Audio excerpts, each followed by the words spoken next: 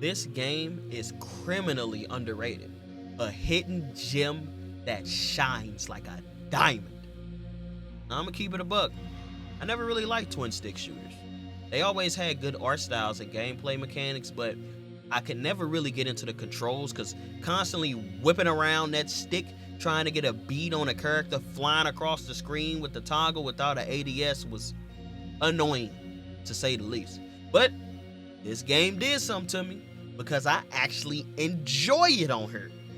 And look, I'm eager to talk about this game. I ain't gonna waste no more time. So we gonna jump straight into the story, my boy. So, the game begins with a man named Puppy on an elevator being zapped into submission. He then looks down at his arm, and although you can't see his face, you can tell he's confused or at least intrigued by it. My guess is that he didn't have the cool metal one the last time he was conscious. Yes, I am alluding to something. And if you're wondering why his name is Puppy, I won't spoil it for you, but by the end of the game, you'll understand why. Anyway, we hop off the elevator where our handler makes himself known, telling us to. We obey without question and proceed on a rage-filled rampage, murdering everybody that gets in our way.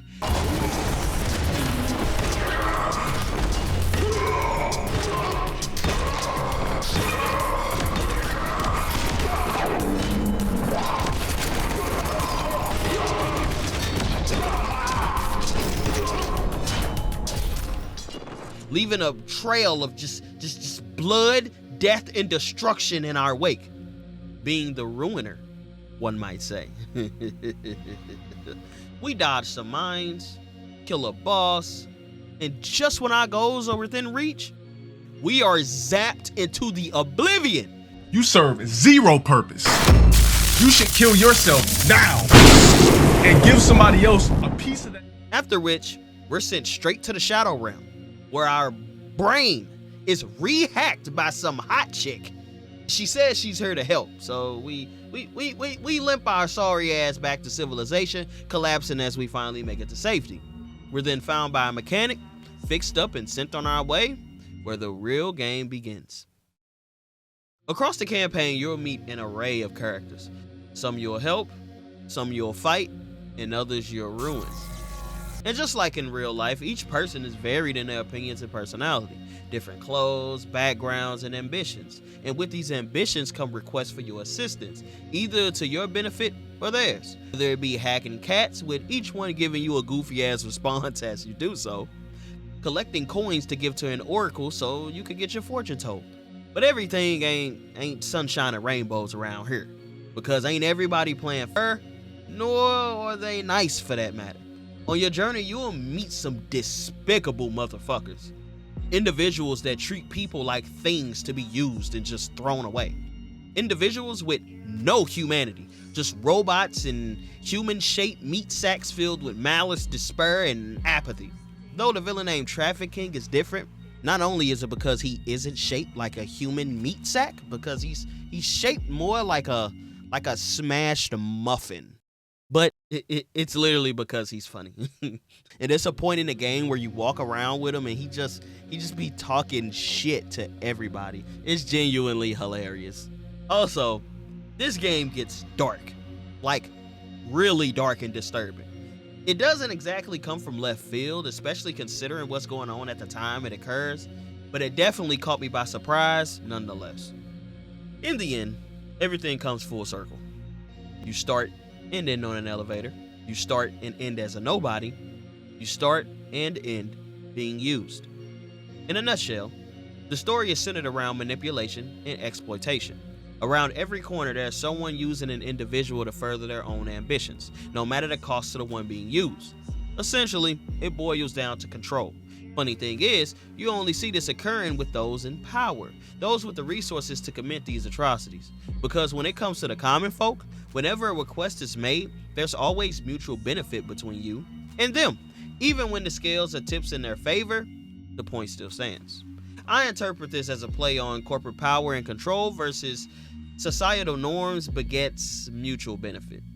If you don't know what any of that means, look it up. So, enough with the story. So let's talk about the meat and potatoes. Let's move on to the combat. which is fucking phenomenal. Fast-paced twin-stick shooting that blends gunplay and melee attacks with customizable abilities and arena-style encounters. There are 4 core mechanics, the first of which being ranged and melee attacks, having weapons that come in all shapes and sizes ranging from pistols, rifles, flamethrowers, and launchers to blades, hammers, and flaming bats. No weapon can reload or has unlimited durability, with the exception being the RUINER firearm and pipe, so switching and discarding weapons will be essential to your survival. The second mechanic being abilities. This comes in many different forms, each one catering to a specific playstyle. You've got a deployable energy barrier that increases damage when shot through and slows enemies on contact. Overload, which is a temporary boost to attack and speed and damage. Ghost Break, the ability to mind control enemies, turning them against their allies, as well as a frag and EMP grenade, and the list goes on and on. And with the addition of on-the-fly ability respec, you'll be able to reassign all your skill points instantly between combat areas, allowing you to adapt your build to specific enemies and bosses. Movement is the third mechanic, which comes in the form of dash, which is essential for mobility, evasion, and chaining attacks, with abilities like overload and reflex booster allowing you to speed up or slow down the game with each given specific benefits for doing so. And we can't forget about the final mechanic, the deviously delicious executions.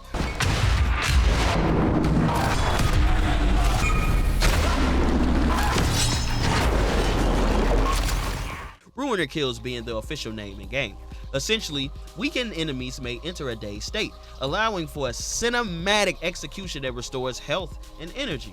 This also comes with the added benefit of having invincibility frames, so you can use this when you're caught with your pants down. Which segues perfectly into my next topic, which is the game being so damn brutal. Like, I'm trying my best not to sound like a complete psychopath, but I genuinely enjoy how brutal, bloody, and nasty the moment-to-moment gameplay is. It captures the same level of feel and gore like Gears of War or The Last of Us. Shit's nasty. In a nutshell, the gameplay centers on prioritizing targets, utilizing movement, and your abilities, as well as being able to manage the constant flow of temporary weapons in order to survive.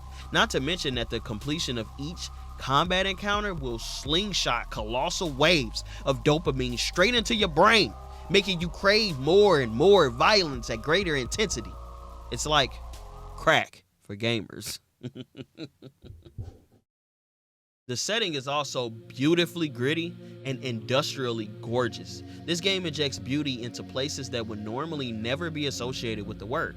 Hulking factories, city streets, and dilapidated parking garages. Every location has its own character. Not once will you ever confuse one place for another. Take the Hansa compound, for example. An endless expanse of interconnected walkways, pipes, wires, and cargo trains transporting materials at breakneck speeds. I also love the detail they managed to cram in as well. Wires and wording sprawled across the floor with open panels exposing the contents beneath. Projection walls indicating no entry past a certain point. Sparks and ambient fog and large machines tasked with keeping the facility up and running, with some of them even responding back to you when interacted with. And the color palettes. My God, whoever is the art director on this game, my man deserves a raise and his pickle tickled. Because look at this. Soft blues accented with deep reds, perched above the emanating orange glow. Or how about the varying shades of gray, complemented by crimson accents and soft red glows? Shit, even the dead bodies add a special kind of flair to the environments, whether placed intentionally or created by the player after a vicious battle. It's legit a sight to behold. But the uniqueness of the environment stresses far beyond color palettes, set dressing, and dead bodies, because every level actually feels alive, and this is especially apparent when visiting the central hub, Ringkok South. Streets are bustling, with people walking around, chilling outside bars, and waiting in line to get in the club. There's people just working on the city's infrastructure, having full-on conversations with one another. Conversations also feel so organic, happening as you walk by without no need to interact with individuals directly. I also fell in love with the character design. There are so many beautifully designed characters in this game, Puppy being one of my favorites among them. His mask is fucking dope. displaying images that coincide with how he's feeling and potential answers that he may give when things are asked of him. His bomber jacket is pretty cool as well, with one sleeve being rolled up revealing his dope-ass robotic arm, a gray jumpsuit and tennis shoes being the basis of his outfit underneath. It's simple, yet striking. Then you've got the Exo Mercs, heavily armed criminals with the thickest of gear, their helmets being reminiscent of a traditional Only mask. Another dope-ass looking set of enemies are the Triad Killers, paramilitary assassins who specialize in being quiet and efficient. Not only are they the masters of death, but also the masters of drip. Just look at these boys. They got the gold chain with the red on black World War II inspired fit, down to the calf boots, sexy trench coat, and gas mask inspired helmet, taking even more inspiration from the German and Japanese military officer uniforms with the use of the armbands. Looking like Karl Rupert Cronin from Hellboy. Sorry if I butchered that name, but he's the Nazi robot demon guy from Hellboy. And last but definitely not least, we got the Techno Dogs. I genuinely love their outfits, giving off private security vibes with their company logo being stamped all over them. Neon bomber jackets over top the monotone color palettes of their business attire give off an air of professionalism. Equipped with a holstered weapon, tactical belt, knee pads, and a dope-ass mask, these boys demand respect, and they've damn well earned it from me, cause look, in real life, I wouldn't want no smoke with these boys. He said oi at the beginning of his sentence. He from the UK. He'll stab my black ass up. I don't want no smoke, alright? But these dope ass appearances reach far beyond the enemies you face, because even those you meet on the street look cool themselves. Just look at the mechanic, the businessman, the cat lady, the dominatrix chick, the fortune teller, and the old hag. And how could I forget the absolute baddie that you meet in the bar? I'm telling you, RUINER is riddled with interesting characters and striking appearances. So, my critiques? I got 3 of them. First off, this is strictly just from a console player's perspective, but I feel like the bullets should have slight magnetism when you're shooting close to an enemy, because when they get to move it around, it is difficult to hit them while they're in motion. I'm guessing they want you to wait for them to stop moving and then shoot them, but a lot of the times the enemies are moving so goddamn much that it's really hard to get a bead on them. But now that I'm more acclimated to the game, this isn't really an issue anymore. I can smoke targets left and right, no problem, but I still feel like bullet magnetism, it should definitely be a feature. If not in this one, maybe add it to the next one though. I hope the next one is a first-person shooter. Secondly, I wish there was a way to go back and replay missions, as well as there being better indications on where the main objective actually is. Because when trying to go off the beaten path, you'll inadvertently go past a point of no return. So any collectibles, upgrade points, or side mission objective that you miss, they're lost forever. This only happened to me once at the beginning of the game, and it was still annoying nonetheless. My third and final critique is a simple one. The game needed to be longer. I know they're a small studio with a tiny budget, but damn, I feel like there was so much left unsaid and seen. Maybe one day we'll get a longer, more ambitious sequel to RUINER. I keep my hopes up for that buried deep in my heart, right next to Dead Space 4 and a proper Rage sequel. If you know, you know. As for my final thoughts, I love this game. I see myself constantly coming back over and over and over again. It's become like a comfort game of sorts, and I ain't even mad at it.